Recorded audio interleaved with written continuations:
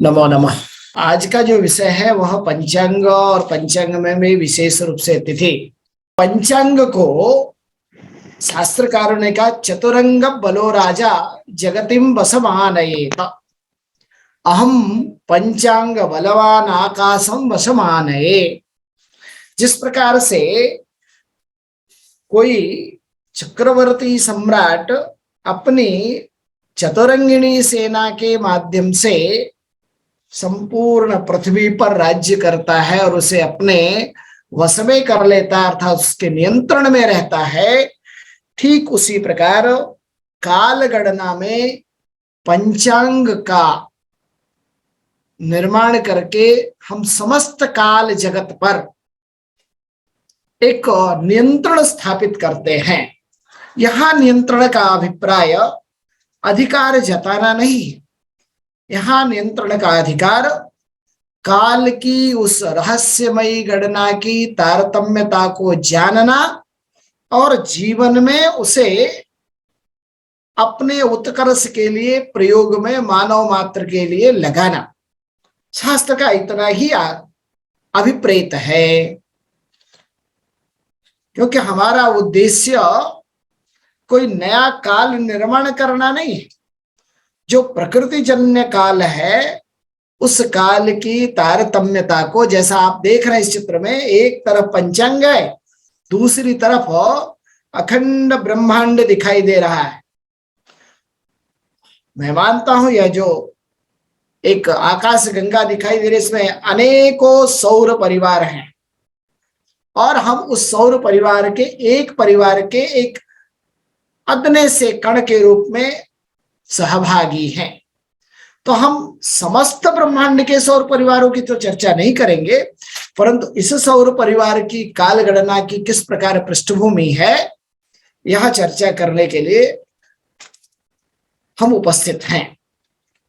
कारण क्या है कि यदि हम अपनी ही पृथ्वी, अपनी ही काल गणना और इसी जो दृश्य है उसकी ही चर्चा कर ले और उसे जान ले, यही हमारे लिए कई जन्म लग जाएंगे और यह हमारे लिए उपलब्धि है और यही हमारे लिए आवश्यक भी है।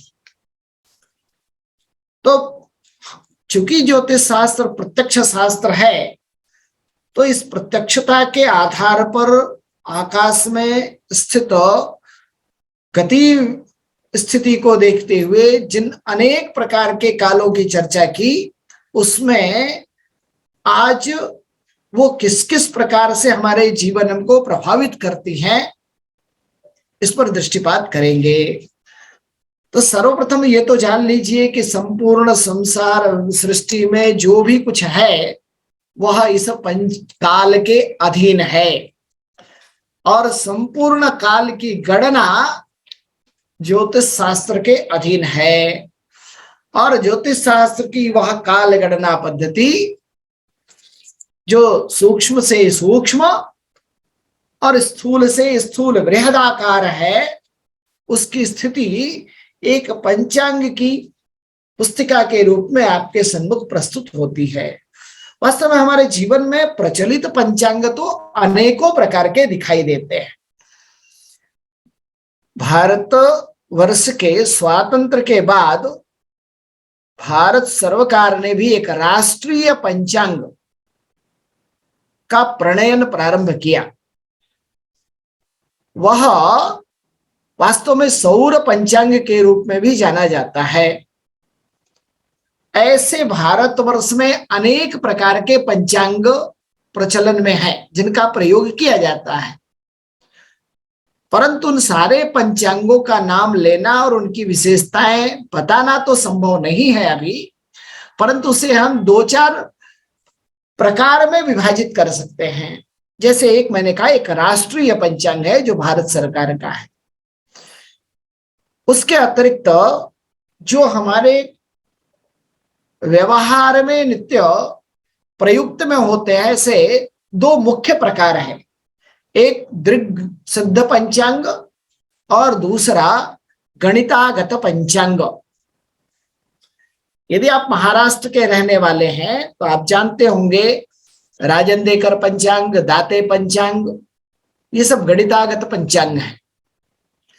और यदि आप किसी विश्वविद्यालय में चले जाएं, जैसे संपूर्णानंद संस्कृत विश्वविद्यालय का बापूदेव पंचांग, गुजरात समाचार पंचांग, जन्मभूमि पंचांग, लाल बहादुर शास्त्री का राष्ट्रीय पंचांग, काशी हिंदू विश्वविद्यालय का पंचांग, ये सारे पंचांग दीर्घसिद्ध पंचांग के अंतर्गत आते हैं। ये गणितागत पंचांग और दीर्घसिद्ध पंचांग क्या है, यह एक अलग विषय है। परंतु ऐसे अलग अलग प्रकार के पंचांग, कुछ पंचांग तो स्थानीय होते हैं और कुछ स्वदेशी और विदेशी भी पंचांग आप कह सकते हैं।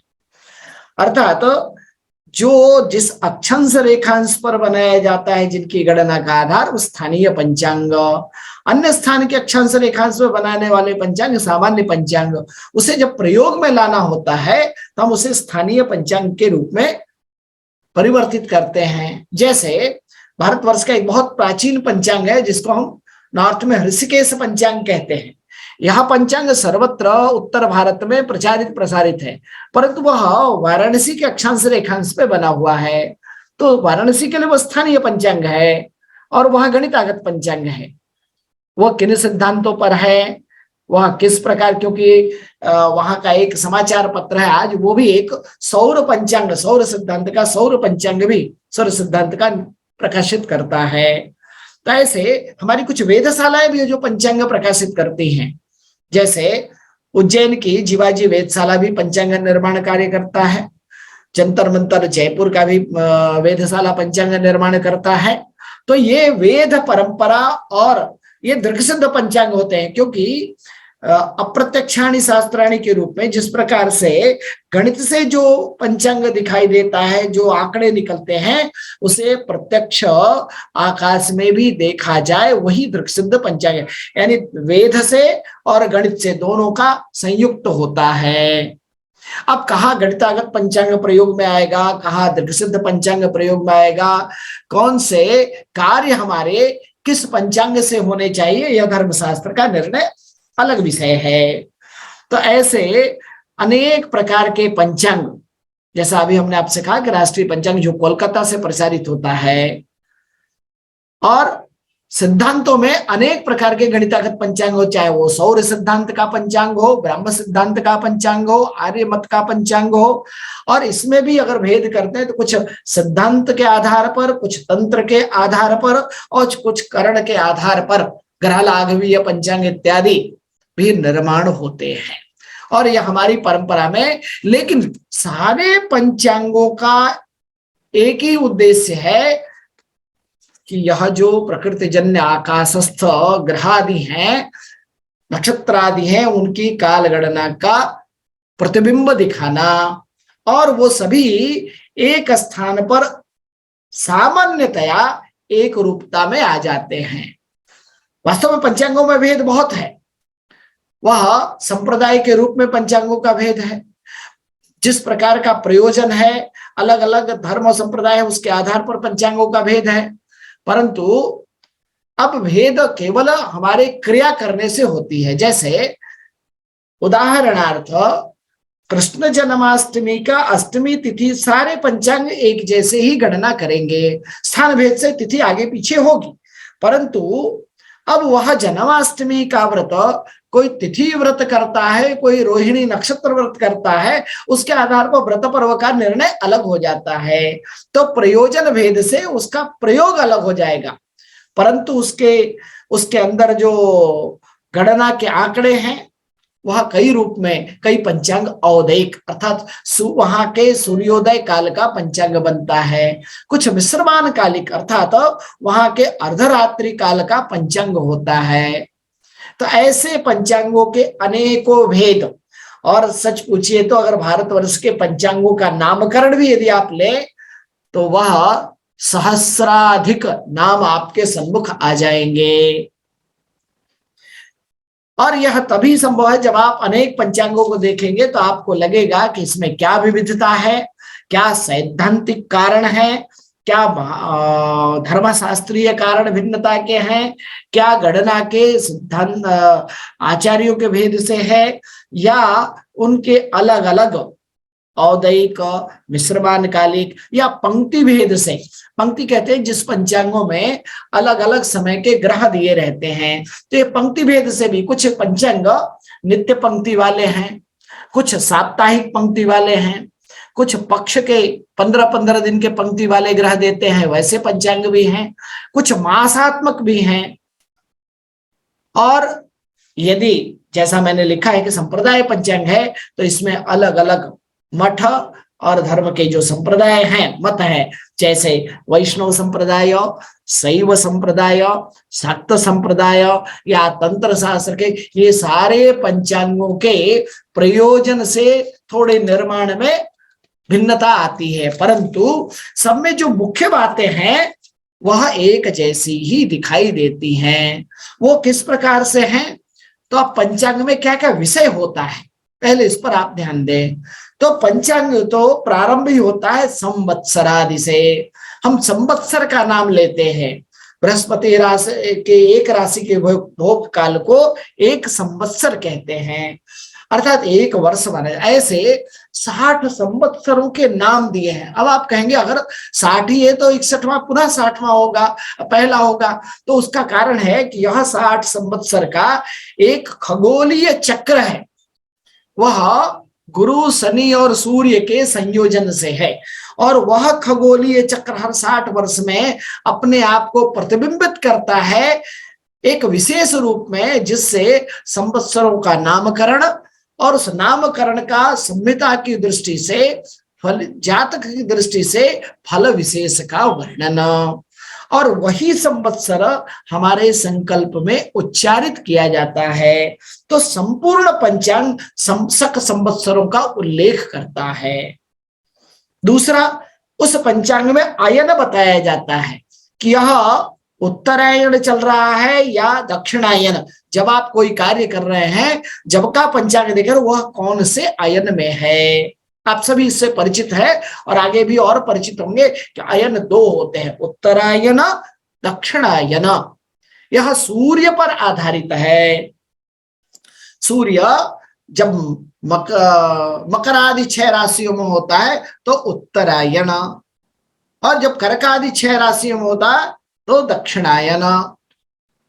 इस प्रकार उस आयन का भी उल्लेख पंचांग में होता है। इसी प्रकार 2 गोल, उत्तर गोल और दक्षिण गोल, अर्थात सूर्य से भी इसका संबंध है। जब सूर्य मेषादि 6 राशियों में हो और जब तुलादि 6 राशियों में होता है तो यह 2 गोल प्रतिबिंबित करता है।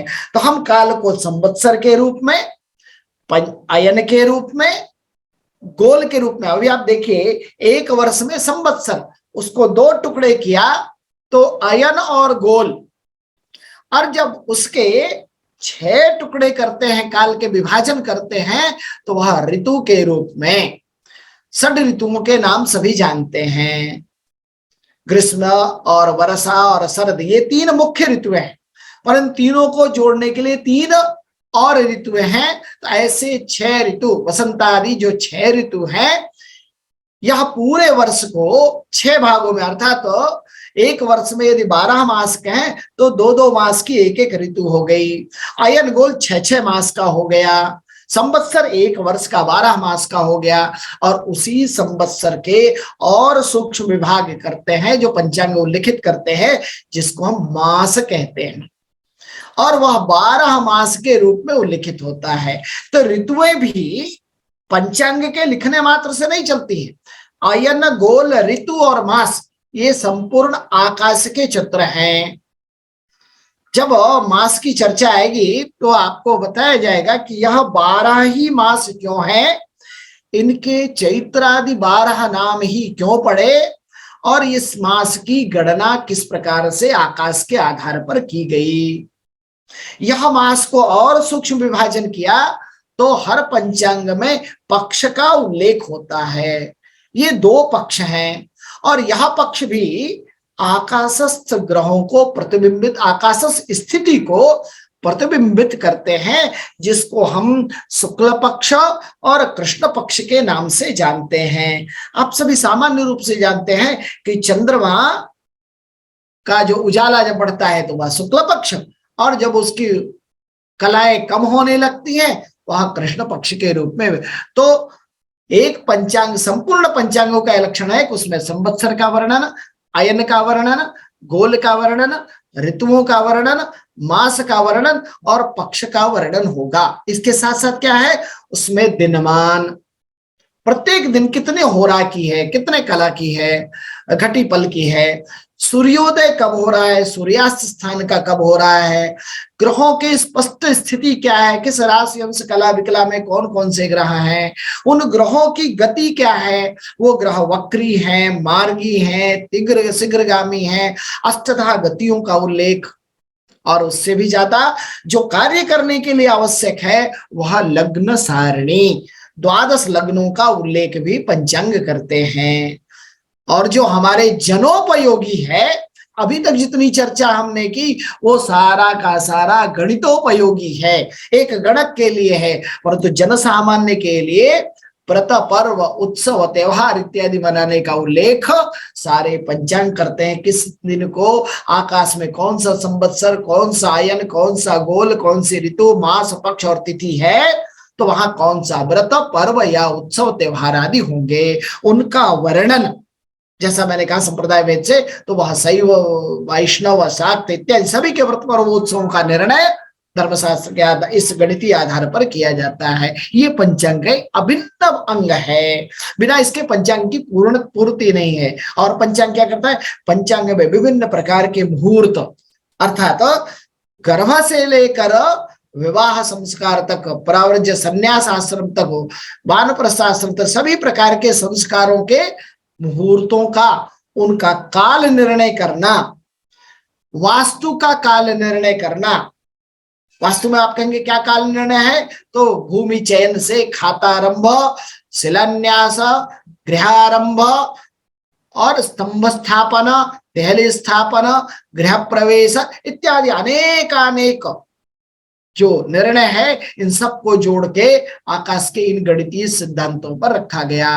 यात्रा आदि विभिन्न प्रकार की, चाहे वो धार्मिक यात्रा हो, राजकीय यात्रा हो या शैक्षिक यात्रा हो, विभिन्न प्रकार के जीवन में अलग अलग यात्राओं के मुहूर्त दिक्सूल आदि के आधार पर, नक्षत्र आदि के आधार पर, नक्षत्र शूल, वारशूल इत्यादि के आधार पर भी चर्चा की। ये सारे अभिन्न विषय किसी संपूर्ण पंचांगों में आपको अधिकाधिक ये विषय प्राप्त होंगे।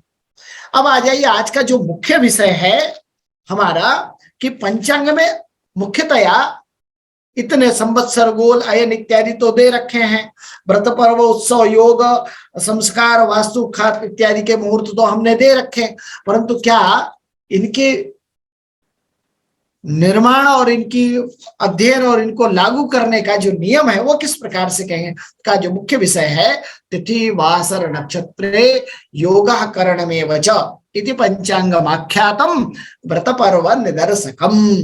तो प्रयोजन बताया कि जो कोई भी पंचांग उसका मुख्य आधार है, उसमें तिथि, वार, नक्षत्र, योग और करण, ये 5 अंग बताए। इन 5 अंगों का वर्णन होना चाहिए, और यदि ये 5 अंग हैं तभी वह तिथि, वह पंचांग कहलाएगा, क्योंकि इनके बिना जो पूर्व में विषय गिनाए गए उनका आधार ही नहीं है। तो तिथि का भी संबंध चंद्रमा और आकाश से, वार का संबंध नित्य सूर्योदयास्त से, जिसको आहरण के माध्यम से साधन किया जाता है। नक्षत्र का संबंध आकाशस्थ सूर्य के मार्ग में पड़ने वाले उन ताराओं से। योग का संबंध सूर्य चंद्र की स्थिति से। कर्ण का संबंध तिथि के अर्धभाग से। तो ये 5 जब निर्णीत हो जाते हैं तब जाके कोई व्रत पर्व का निर्णय किया जाता है। तो इसमें क्या क्या आता है, तिथि जैसा मैंने कहा शुक्ल पक्ष और कृष्ण पक्ष है, उसमें 15 शुक्ल पक्ष की तिथियां, 15 कृष्ण पक्ष की तिथियां। वार सभी जानते हैं 7 वार है, ये क्यों है और इतना ही क्यों है, यही क्रम क्या है, ये चर्चा का विषय है। और नक्षत्र 27, योग 27 और 11 करण, अर्थात उसमें 7 चर करण और 4 स्थिर करण, ऐसे 11 करण, ये 5 अंग। अब एक और पंचांग है जिसकी चर्चा मैं आपसे करना जरूर चाहूंगा कि काल का जो पंचांग है उसमें अधिकांशतः तो इनको पंचांग ही इसी को मान लेते हैं, परंतु अब यदि व्यापक दृष्टि से देखा जाए तो हम कहेंगे जिसमें वर्ष, मास, दिन, लग्न और मुहूर्त, ये 5 अंग हो वह पंचांग कहलाएगा। कौन कौन सा?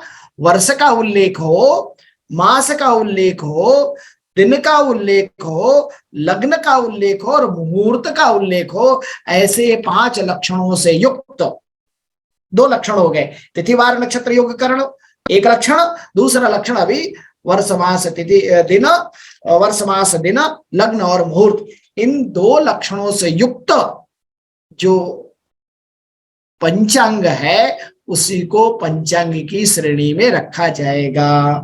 अब यह पंचांग का प्रयोजन क्या है और इसको जाने कैसे और इसकी आवश्यकता क्या है?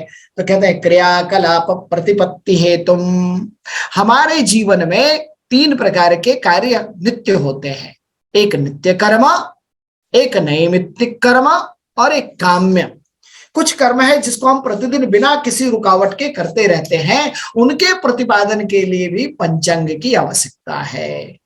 नैमित्तिक कर्म, अच्छा किसी निमित्त मात्र से यदि कर्म करना है, जैसे आज अध्यापन करने का एक निमित्त है, इसके कर्म करने के लिए एक मुहूर्त चाहिए, दिन चाहिए, समय चाहिए, वह निमित्त मात्र है। और काम्य कर्म, हमें कोई इच्छा है, कुछ प्राप्ति करने की इच्छा है, विद्या ज्ञान प्राप्ति करने की इच्छा है, हमें अश्वारोहण करने की इच्छा है, गजारोहण करने की इच्छा है, बड़े प्रासाद निर्माण करने की इच्छा है, संतान की इच्छा है, विवाह, ऐसे काम्य कर्मों को करने के लिए भी मुहूर्त की आवश्यकता है जो पंचांग उपलब्ध कराता है। तो पंचांग के उन आधारों पर हमारी संपूर्ण श्रुति स्मृति पुराणोक्त संपूर्ण क्रियाएं, जो जीवन की दैनिक क्रियाएं हैं वह, और जो नैमित्तिक क्रियाएं हैं और जो काम्य क्रियाएं हैं, उसका प्रतिपादन बिना काल के संभव नहीं है। और क्या है? तो ये तो आचार्य अनंत दैवज्ञ ने मुहूर्त चिंतामणि में ही कहा था, क्रियाकलाप प्रतिपत्ति हेतु संक्षिप्त सारार्थ विलास गर्भम।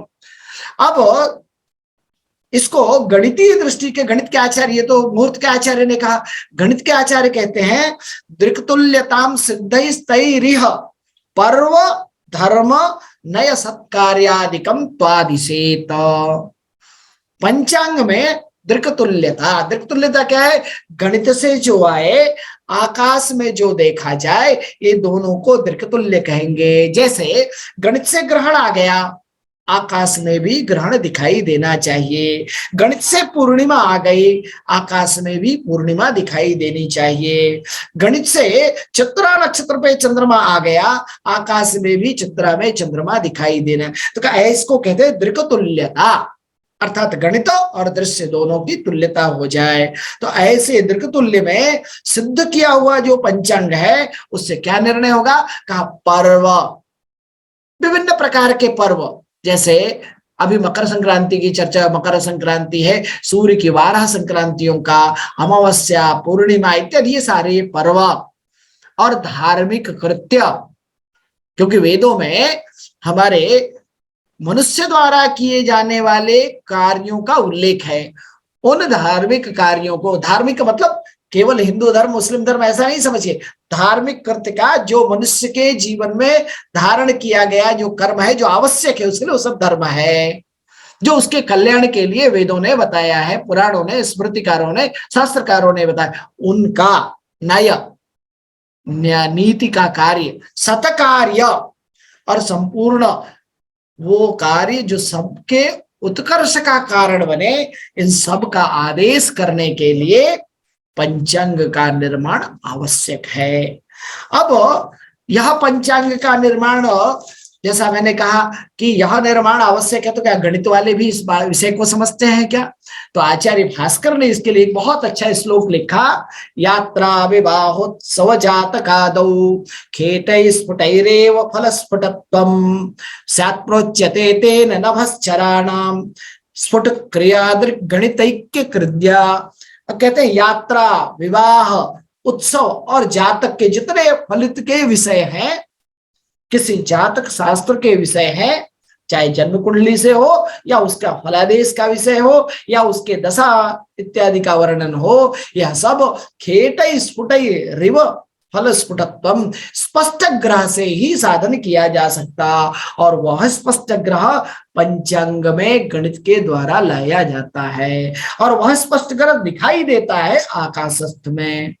तो यह नभश्चराणाम, यह आकाश में चलने वाले जो ग्रह आदि हैं, स्थित जो नक्षत्र आदि हैं, सूर्य आदि ग्रह हैं, ये संपूर्ण क्रियाओं को, यात्रा विवाह को केवल 2 लक्षण दिए, क्योंकि सारे संस्कारों में विवाह संस्कार सबसे मुख्य संस्कार माना गया, जो सृष्टि का कारक है, और यात्रा तो हमें जीवन भर करनी ही। तो इन सब और जातक के विषय, इन सब का विशेष रूप से उल्लेख भास्कर करते हुए कहते हैं, उनको करने मात्र से इस सब की सिद्धि केवल पंचांग के द्वारा ही हो सकती है। अब कहा ठीक है, तो पंचांग हमने खरीद लिया, पंचांग देख लिया और हमने कार्य करना प्रारंभ कर लिया। उसमें भी थोड़ा सा आचार्य ने आक्षेप लिया, नहीं इतने से नहीं होगा। दृक्तुल्यताम कहा ना, आपने जो देखा वो देखना भी है आकाश में, इसलिए कहा तिथ्युत्पत्तिं न जानन्ति ग्रहाणाम नैव साधनम परवाक्येन वर्तन्ते ते वै नक्षत्र सूचकाः। का तिथ्युत्पत्तिं न जानन्ति, का तिथि क्या है ये पंचांग में देख करके वो बता तो रहा है, लेकिन तिथि की उत्पत्ति कैसे हुई, तिथि आकाश में कैसे देखा जा सकता है, ग्रह कैसे साधन किए जा सकते, ये उसे नहीं पाता। पर वाक्य न प्रवर्तन्ते, दूसरे के द्वारा लिखी हुई बात को केवल जानता है। ऐसे दैवज्ञों को, ऐसे काल गणना के विशेषज्ञों को नक्षत्र सूचक कहा है आचार्य ने। अर्थात आपको कहा कि केवल फल मत जानिए, आपको उसकी सारी प्रक्रिया जाननी होती है। क्यों? तो नक्षत्र सूचक को बहुत निंदित माना गया। का नक्षत्र सूची खलु पाप रूपो हेय सदा सर्वसु धर्म कृत्ये ज्योतिर्ज्ञानंच यो वेद सयाति परमाम गतिम। कहा केवल पत्र में पंचांग में लिखे हुए तिथि इत्यादि को जान लिया और हम विशेषज्ञ बन गए, कहने नहीं, यह तो पाप रूप है, आपने अधूरा जाना। और यह नीम हकीम खतरे जान, वह तो आपके लिए शुभ फलदायी नहीं है। इसलिए ऐसे व्यक्ति से काल की गणना नहीं करानी जो केवल पंचांग देख के करता हो। कहा क्या करे? कहा जो ज्योतिर्ज्ञानम, उस गणना की प्रक्रिया को भी जानता है, तिथि की व्युत्पत्ति को भी जानता है, तिथि के स्वरूप को भी जानता है, वह परमाम गतिम, ऐसा कालज्ञ परम गति। परम गति क्या है? मोक्ष की प्राप्ति, पर ब्रह्म परमेश्वर की प्राप्ति को सहजतया प्राप्त कर लेता है। ऐसे महत्वपूर्ण काल गणना पंचांग का विषय। अब यह पंचांग का महत्व, यह पंचांग जानने से फल क्या मिलेगा? प्लीज चंद्रभूषण व्यास जी, धन्यवाद। अब पंचांग का महात्म्य थोड़ा सा इसके बारे में जानिए। जब तक हम प्रयोजन नहीं जानते हैं, हमारा फल प्राप्ति का अर्थ नहीं समझते, तक हम उसमें प्रवृत्त नहीं होते। कहा तिथिश्च श्रियम् आपनोति वाराद आयुष्य वर्धनम नक्षत्राधरते पापम योगाद रोग निवारणम करणात् कार्य सिद्धिश्च पंचांग फलमुच्यते। कहा ये जो 5 अंग बताया, तिथि वार नक्षत्र योग करण, कहा यदि आप तिथि का नाम लेने मात्र से, दर्शन मात्र से, गणना मात्र यदि आप जानते हैं, श्रेयम आपनोति, आप श्री वृद्धि होगी आपके जीवन में। और वार के जानने से आयुष्य वृद्धि, वार की गणना जानने से, नक्षत्र के दर्शन, नक्षत्र गणना जानने से पापात रोग निवारणम, वह रोग का निवृत्ति होती है, बाधाएं दूर होती हैं। इसीलिए आपने देखा हो व्यवहार में, ये मैं नहीं कर रहा हूं, कहते हैं ना किसी के पास कोई कठिनाई तो कहते हैं नक्षत्र शांति करिए, नक्षत्र शांति समस्त पापों का विनाश कर देती है। और करणात् कार्य सिद्धि, कर्ण को जानने से कार्य सिद्धि प्राप्त होती है। योगा नक्षत्र से पाप का विनाश, योग से रोग का विनाश और कर्ण से कार्य सिद्धि होती है। ये पंचांग का एक सामान्य फल सर्वत्र सबको प्राप्त है। यानी आज आपने जो पंचांग सुन रहे हैं, कम से कम ये 5 फल तो आपको स्वतः ही मिल गया और आपको बताते बताते मुझे भी प्राप्त हो गया। तो तिथि से लक्ष्मी प्राप्ति, वार से आयु वृद्धि, नक्षत्रों से पापों का नाश, योग से रोग निवृत्ति। अब यही तिथि वार नक्षत्र योग करण सभी को विष्णुमय कहा है। आप सभी ने सत्यनारायण की कथा सुनी, वो कहते हैं काल मैं हूं, अर्थात ये जो 5 काल के अंग हैं, इस अंग से जो स्वरूप बनता है, एक सृष्टि होती है, उन्हीं का नाम है विष्णु। और विष्णु का नाम लेने तो आप सभी जानते हैं, नारायण नारायण कहने से मुक्ति प्राप्त होती है, सदगति प्राप्त होती है। अब आ जाइए, तो जो हमने नक्षत्र सूची आपको कहा कि तिथि की व्युत्पत्ति जाननी चाहिए, तो यदि आज आपको हम तिथि के बारे में नहीं बताएंगे तो आप अधूरे रह जाएंगे। तो तिथि क्या है, इसको जानिए। तनोति विस्तारयति चंद्रकला, तिथि शब्द की उत्पत्ति होती है चंद्रकला से। तिथि शब्द तनोति धातु निष्पन्न, यह तनोति धातु से उत्पन्न होता है शब्द। और तनोति का अर्थ होता है विस्तारयति, अर्थात वर्धमानम, बढ़ाने वाला। और क्या बढ़ाता है, चंद्रकलाम। चंद्रकलाओं में जैसे जैसे वृद्धि होती है, तो तन धातु से इथिन प्रत्यय होने के बाद तिथि शब्द बना। और यह तिथि चंद्रकला क्रियोपलक्षित यह काल का, वो जान के हम क्या करेंगे, तो कहा यह चंद्रकला, जैसे जैसे चंद्र की कला बढ़ती है, क्रियोपलक्षित, यह क्रिया करने का काल निर्धारित करता है। यानी काल गणना का एक आधार है चंद्रमा की कला वृद्धि होना। और यही जो काल विशेष है, उसी का नाम है तिथि। अभी तक हम व्यवहार में यदि सामान्य रूप से जानते थे तो बस यही जानते थे, प्रतिपदा, द्वितीया, तृतीया, ऐसी 15 तिथियां होती हैं। लेकिन तिथियों का संबंध किससे है, तो आज आपको हम गर्व के साथ कहना चाहते हैं कि भारतीय परंपरा में ऋषियों ने इसका संबंध चंद्रमा की कला से रखा है। और उस कला का ज्ञान इसलिए किया कि वह क्रियाओं को संपादित कर सके उसने काल में। तो ऐसी एक जो बृहदाकार घड़ी है हमारी आकाश में, उसमें तिथि पहले उत्पन्न हुई। अब तिथियों का आधार क्या है, कहा संख्याओं की गणना, कैसे कैसे कला बढ़ रही है। 16 कलाएं हैं चंद्रमा की, और उनका खगोलीय आधार क्या है, किस आधार पर। अब आगे चलेंगे तो संहिता इत्यादि में तो उसके चंद्रकला बढ़ने के श्रृंग पर भी विचार है।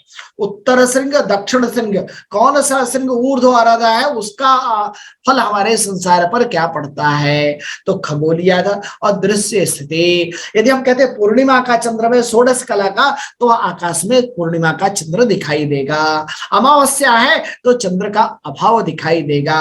अष्टमी का चंद्रमा है तो अर्ध चंद्रमा दिखाई देगा। यह सब केवल दृश्य नहीं, यह गणित से भी जिस शास्त्र में गणना किया गया वह काल शास्त्र है।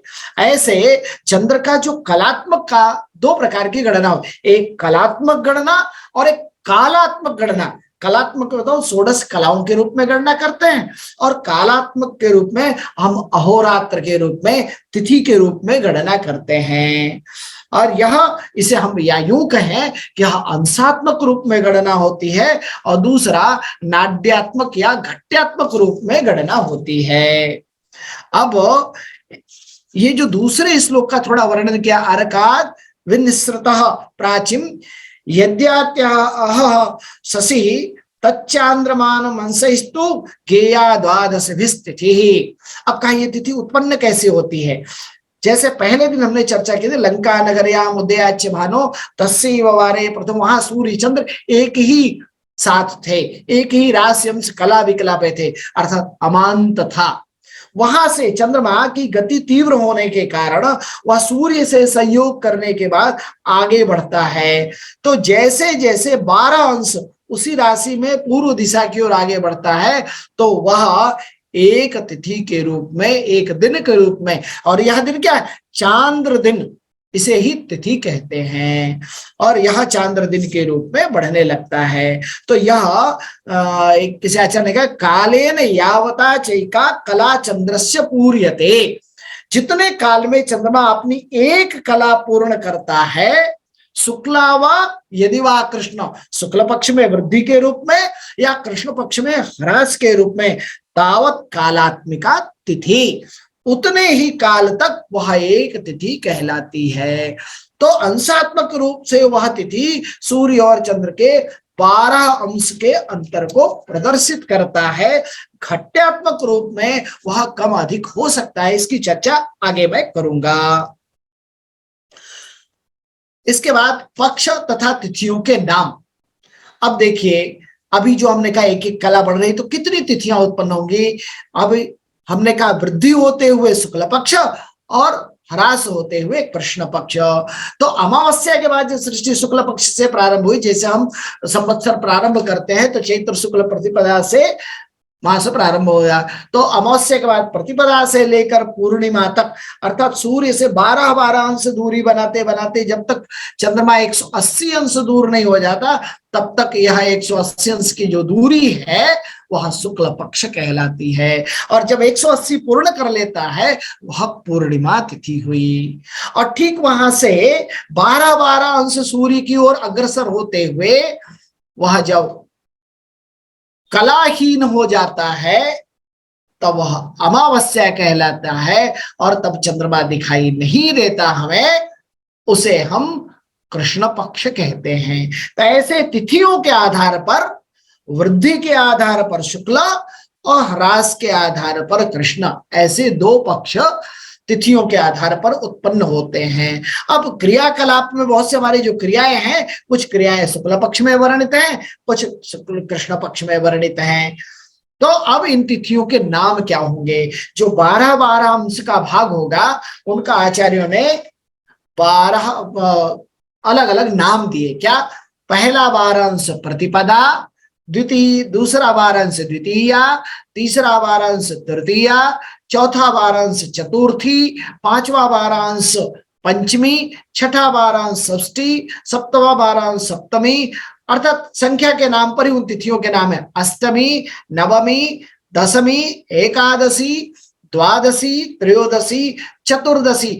अगर वह शुक्ल पक्ष है तो 15वीं तिथि का नाम पूर्णिमा, और अगर वह कृष्ण पक्ष है तो उसकी 15वीं तिथि का नाम अमावस्या होता है। तो आप पंचांग में आप देखेंगे तो 1, 2, 3, 4, 5, 7, शुक्ल पक्ष को, पूर्णिमा को 15 और अमावस्या को 30 लिखा रहता है। इसका मतलब पूर्णिमा के बाद जो प्रतिपदा है वो 16वीं, जो द्वितीय है वो 17वीं, इस तरह से क्रम बढ़ते बढ़ते वो 30 तिथि, अर्थात चंद्रमा के एक तिथि का एक दिन कहा, ऐसे चांद्र दिन 30 दिनों का एक मास हो जाएगा, वह चांद्र मास कहलाएगा। ठीक है जी। अब इसके बाद कथिता मुनिभिः सर्वैः तिथिश्चांद्रमसि कला सोत्पद्यते पृथक्स्य रवि रश्मि सुयोगतः। यह जो तिथियां हैं, सूर्य के रश्मि के संयोग से एक एक कला चंद्रमा जैसे जैसे बढ़ रहा है, वैसे वैसे तिथियां भी संख्यात्मक रूप में बढ़ रही हैं।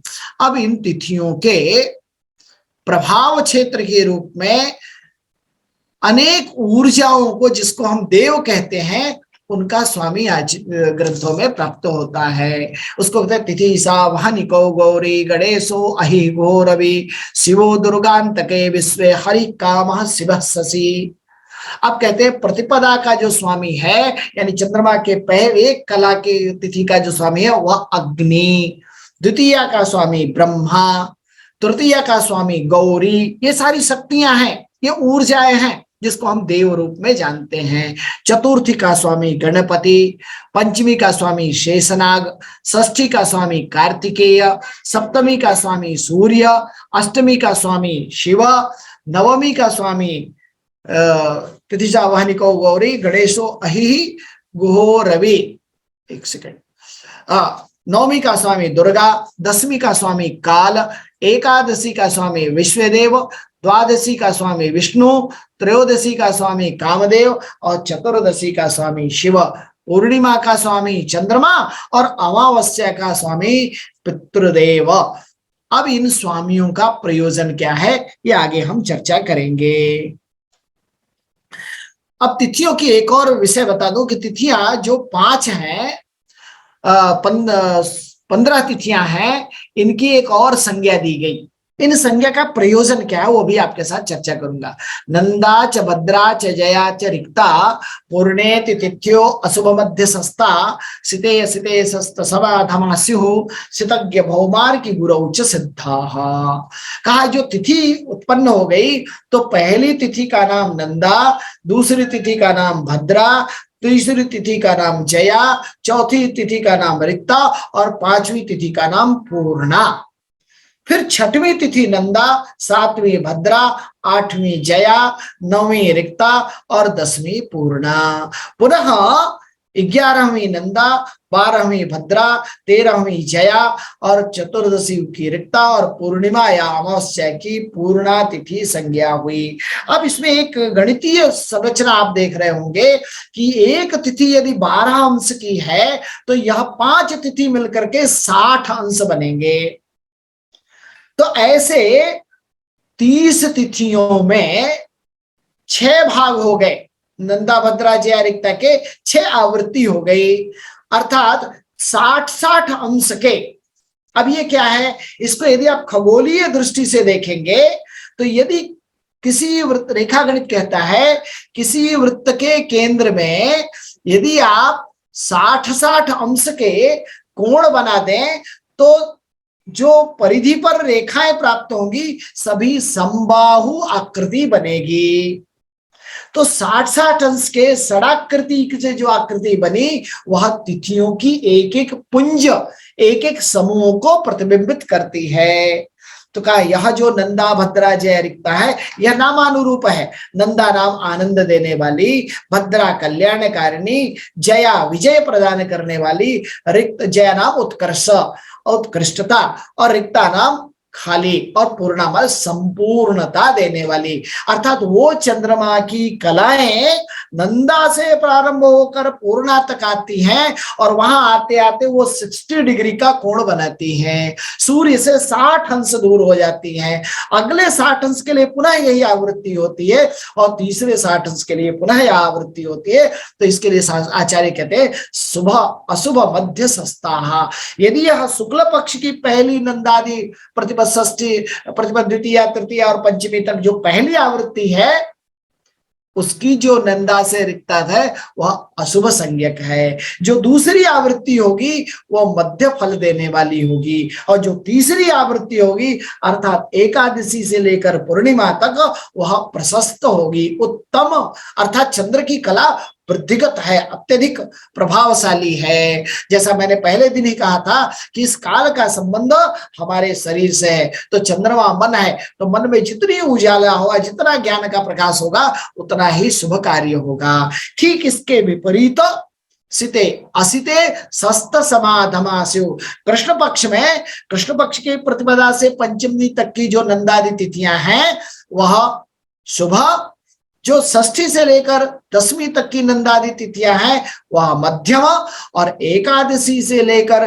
कृष्ण पक्ष की अमावस्या तक की जो तिथियां हैं 5 वह अंतिम आवृत्ति, चूंकि उनकी कलाएं एकदम क्षीण होने लगी और वह सूर्य के सानिध्य में जा रही हैं तो उसको कहा वह अधमा। तो अभी आपने देखा तो पूरे एक मास की 30 तिथियों में 10 तिथियां उत्तम श्रेणी की, 10 मध्यम श्रेणी की और 10 अधम श्रेणी की प्राप्त हुई। ऐसे तिथियों से कुछ योग भी बना। देखिए अंतिम पंक्ति कह रहा सितज्ञ भौमार की गुरौच सिद्धा। सित माने शुक्र, शुक्रवार को नंदा तिथि आ जाए, जैसे आज सोमवार है, मंगलवार है, ऐसे वारों के क्रम से सोम रवि को छोड़ करके यदि शुक्रवार को नंदा तिथि आ जाए यानी प्रतिपदा आ जाए, षष्ठी आ जाए या एकादशी आ जाए तो सिद्ध योग बन जाता है। अर्थात उस कार्य में, उस काल में किया गया संपूर्ण कार्य सिद्ध होता है।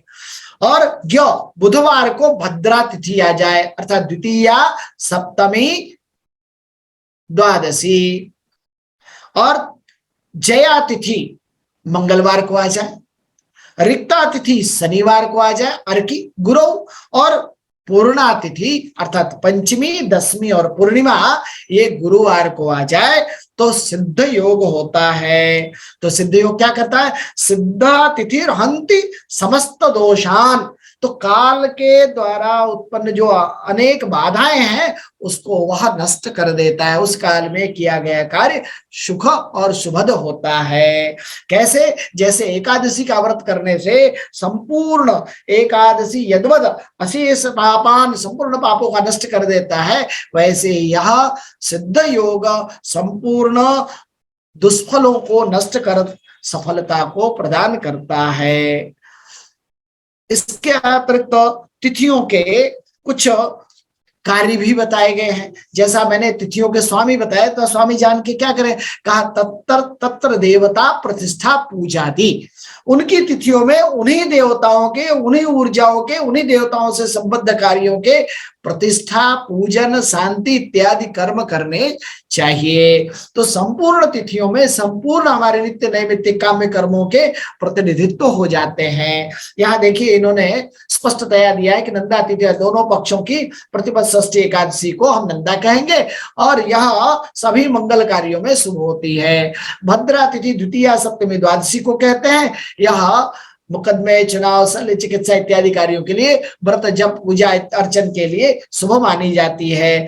जया तिथियां तृतीया अष्टमी और त्रयोदशी है। यह गायन की, विद्याओं की कला में, नृत्य की कला में यह उत्कृष्टता देती है। ऐसे कार्य किए जाने चाहिए। रिक्ता तिथि अर्थात चतुर्थी, नवमी और चतुर्दशी कोई शुभ कार्य नहीं करना चाहिए। तिथियों में मांगलिक नया कार्य, गृह प्रवेश इत्यादि, व्यापार, ये सब वर्ज्य बताए गए हैं, रिक्ता तिथि में नहीं होनी चाहिए। पूर्णा तिथि अर्थात पंचमी, दसवीं और पूर्णिमा या अमावस्या को छोड़ दें तो यहाँ इस पंचमी तिथि में बाकी सभी मांगलिक कार्य जो सुख देने वाले हैं उन सब कार्यों को किया जाना चाहिए। अब यह यदि हम अलग अलग तिथियों के रूप में, अभी आपको यह नंदा, भद्रा, जया, रिक्ता, पूर्णा के रूप में आपने देखा, अगर इसे हम तिथियों के रूप में देखें तो प्रतिपद में देखिए यात्रा, विवाह, उपनयन और वास्तु और संस्कार आदि के सभी कर्म प्रतिपद तिथि में किए जाते हैं। द्वितीया, तृतीया, पंचमी, सप्तमी, दसवीं और त्रयोदशी में यात्रा संबंधित कार्य, विवाह संबंधी, आभूषण संबंधी, संगीत, शिल्प और विद्या का कार्य होता है। ठीक इसी प्रकार चतुर्थी, नवमी और चतुर्दशी में जो रिक्ता तिथियां हैं उसमें तो कार्य नहीं करेंगे क्या? नहीं, इसमें दंड देने का कार्य, बंधन का कार्य, शस्त्र निर्माण करने का कार्य, विष और अग्नि का निर्माण करने का कार्य किया जाता है। और जो षष्ठी तिथि है उसमें अभ्यंग स्नान, यात्रा, पितृ कार्य और गृहादि के लिए काष्ठ संचय का कार्य होता है। अष्टमी तिथि को संग्राम, वास्तु और शिल्प, लेखन और आभूषण का कार्य करना चाहिए। इसी प्रकार एकादशी को व्रत, धर्म और उद्यापन, आप सभी जानते हैं पूरे भारतवर्ष में एकादशी का व्रत सर्वाधिक प्रचलन में है। का उस दिन व्रत, धर्म और कोई व्रत किया उसका उद्यापन कर रहा है, ये सब कार्य एकादशी को करना है। और द्वादशी को उसकी पुष्टि के लिए अर्थात समग्र पुष्टता के लिए द्वादशी तिथि है। पूर्णिमा तो विवाह, शिल्प, पुष्टि, जितने भी मंगल कार्य हैं, चाहे वो यज्ञ से संबंधित हो, प्रतिष्ठा से संबंधित हो, वास्तु से संबंधित हो, यात्रा, संपूर्ण संस्कारों से संपूर्ण पूर्णिमा तिथि को की जानी चाहिए। अमावस्या को पितृ कार्य किया जाना चाहिए। कोई शुभ कार्य का वहां ज्यादा विधान नहीं है, उसे आचार्यों ने निषेधित कहा है। इसके बाद कुछ वर्जित योग भी है, जैसे वर्जेत सर्वकार्येषु हस्तारकम पंचमी तिथौ। रविवार को पंचमी तिथि और हस्त नक्षत्र आ जाए तो वह शुभ कार्य नहीं करते। भौमास्विनीम च सप्तम्याम, सोमवार को षष्ठी और मृगशिरा, मंगलवार को सप्तमी और अश्विनी नक्षत्र, बुधवार को अष्टमी और अनुराधा नक्षत्र, गुरुवार को नवमी तिथि और पुष्य नक्षत्र। सामान्यतः हम गुरु पुष्य को बहुत उत्तम मानते हैं, परंतु यदि गुरु पुष्य के दिन रिक्ता तिथि आ जाए तो वह शुभ नहीं मानी जाती। और शनिवार को दसवीं तिथि और रेवती नक्षत्र आ जाए, शुक्रवार को, और शनिवार को एकादशी और रोहिणी नक्षत्र आ जाए, चैकादश्याम शनि रोहिणी च, तो यह किसी भी शुभ कार्यों में सर्वथा त्याज्य बताया है। अब यह जो तिथि है, क्योंकि हमारे पास समय कम है तो मैं थोड़ा आपको बता, अर्कोन लिप्त, आपको ये पीपीटी शेयर करूंगा, कुछ गणित आपको समझ में आ जाए। अर्कोन चंद्र लिप्ताभ्यस तिथियो भोग भाजिता गतागम्याश्च षष्ठिग्ना नाड्यो भुक्त्यंतरोद्धृता। कहा अभी जितना आपने तिथि के बारे में बहुत से उपयोग तो बता दिए, लेकिन तिथि आएगी कैसे? कहा एक चांद्रमास में सूर्य और चंद्रमा का जो अंतर है वो 21,600 कला का होता है। एक चांद्रमास में 30 तिथियां हैं। अब इस 30 तिथि का यदि उसमें भाग देंगे तो एक तिथि का मान 720 कला आ जाएगा। यही चंद्र और सूर्य का जो कलात्मक अंतर है उसका एक उदाहरण मैंने यहां दिया है। इससे गत तिथि और वर्तमान तिथि गणित के रूप में आ जाएगी। तो इसको शुक्ल पक्ष की प्रतिपदा से उसका की गणना की जाती है। इस प्रकार से तिथि का साधन हम कर सकते हैं। अब तिथियों के भेद कितने हैं? का तिथि भी 3 प्रकार की आएगी, शुद्धा तिथि, क्षय तिथि और वृद्धि तिथि। यस्याम वारस्य पूर्ति स्यात् सा शुद्धा तिथि उच्यते। अगर किसी एक सूर्योदय काल से में एक तिथि का उदय होता है वो शुद्ध तिथि कहलाती है। और अगर किसी तिथि में कोई सूर्योदय न हो, अर्थात सूर्योदय के बाद तिथि प्रारंभ हुई, अगले सूर्योदय के पहले वो तिथि समाप्त हो गई, अर्थात वो 2 पूर्वत्व क्षयाख्य स्यात्, वह क्षय तिथि कहलाएगी। और अगर किसी तिथि में 3 दिन लगातार हो तो उसे वृद्धि तिथि कहते हैं। तो यस्याम वारस्य पूर्ति सा शुद्धा तिथि उच्यते। पूर्वत्य भावे क्षयाख्य स्यात् पूर्ति द्वित्वे अग्रिमाधिका, वो अधिक तिथि या वृद्धि तिथि कहलाती है। शुद्धा सर्वत्र संग्राह्या, शुद्ध तिथि तो सभी कार्यों में ग्रहण की जाती है। त्याज्या क्षय तिथि का त्याग कर देना चाहिए। एवं बुद्धि ही स्वबुद्धि भी ज्ञाता कार्य। अब आपके वृद्धि तिथि में क्या है? तो वृद्धि तिथि में मध्य का जो वृद्धिगत है, मध्य का तिथि त्याग करके उसके पूर्व और पर के तिथियों का ग्रहण करना चाहिए। दरस सूर्येन्दु संगम, यह अमावस्या में सूर्य और चंद्रमा के अंतराभाव से यह तिथि उत्पन्न होती है। नमश्चंद्रो दृश्यते यस्याम सा अमा, का इसमें जो अमावस्या है, जब चंद्रमा दिखाई न दे उसी को हम अमावस्या कहेंगे। अब ये प्रश्न उठता है कि ये जो अंतर लिया, यह अंतर 3 प्रकार का हो गया। आकाश में तो पूर्वापर, याम्योत्तर और ऊर्ध्वाधर अंतर दिखाई देगा। तो गणित वालों के लिए जानकारी रखनी चाहिए कि यह जो तिथि का अंतर है सूर्य चंद्र का, यह पूर्वापर अंतर है, जिसको खगोल की दृष्टि से नाड़ी वृत्तीय अंतर कहते हैं। अब आप कहेंगे जब अंतर वह पूर्वापर अंतर है तो इसको एक कैसे कहेंगे? तो जैसे दर्पण में हमारे साथ कोई खड़ा है, वो दर्पण में भी एक साथ दिखाई देगा, जबकि हमारे और उसके में पूर्वापर अंतर बहुत होगा। तो ऐसे ही आकाश में सूर्य चंद्र का अंतर देखा जाना चाहिए। उसके अतिरिक्त बाण वृद्धि रसक्षय, तिथि कितनी छोटी और कितनी बड़ी होगी, यह गणित के पंचांगों में भू केंद्रीय तिथि 54 घटी से लेकर 65 घटी तक बाण वृद्धि, औसत मान है 60 घटी एक तिथि का, उसमें से रस क्षय, रस माने 6 कम कर दें, अर्थात 54 घटी मिनिमम उसका मान होगा, और 6 बाण अर्थात 5 घटी बढ़ा दे तो 65 घटी अधिकतम उसका मान होगा। इसकी एक गणितीय विधि है। यह सूर्य चंद्र के गति पर आधारित है। सूर्य चंद्र की यदि मध्यम गति, परम गति और अल्प गति 3 प्रकार की गतियां हैं।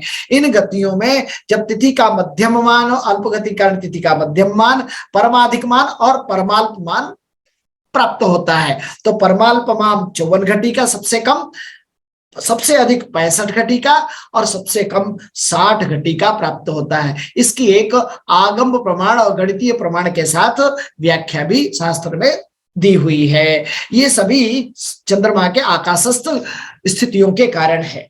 अब मैं इन सब चर्चाओं का लाभ क्या है, तो तिथि मात्र से आप देखिए, भारतवर्ष उत्सव प्रिय देश है। हमारी परंपरा ऊर्जाओं से भरपूर, उत्सवों से युक्त है।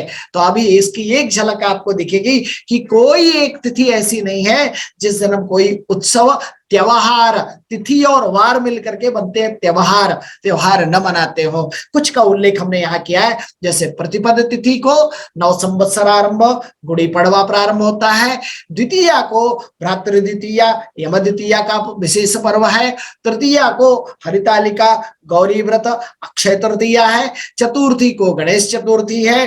पंचमी को नाग पंचमी, ऋषि पंचमी, लाभ पंचमी, वसंत पंचमी, ललिता पंचमी, ऐसे अनेकों सभी बहुत से, यहाँ कुछ का ही वर्णन हमने किया जो सर्वव्यापक है। षष्ठी में सूर्य षष्ठी, सप्तमी को रथ सप्तमी, अचला सप्तमी, अष्टमी को श्री कृष्ण जन्माष्टमी, महाअष्टमी, नवमी को श्री राम नवमी, अक्षय नवमी, दशमी को विजयादशमी, गंगा दशहरा, एकादशी को हरिप्रबोधिनी और हरिशयनी एकादशी, द्वादशी को भीष्म द्वादशी, त्रयोदशी को शिवरात्रि, चतुर्दशी को नृसिंह चतुर्दशी, अनंत चतुर्दशी, पूर्णिमा को गुरु पूर्णिमा, शरद पूर्णिमा, रक्षा पूर्णिमा, ऐसे अनेक सारे पूर्णिमाओं के अपने महत्व है और सब उत्सवों में परिवर्तित है।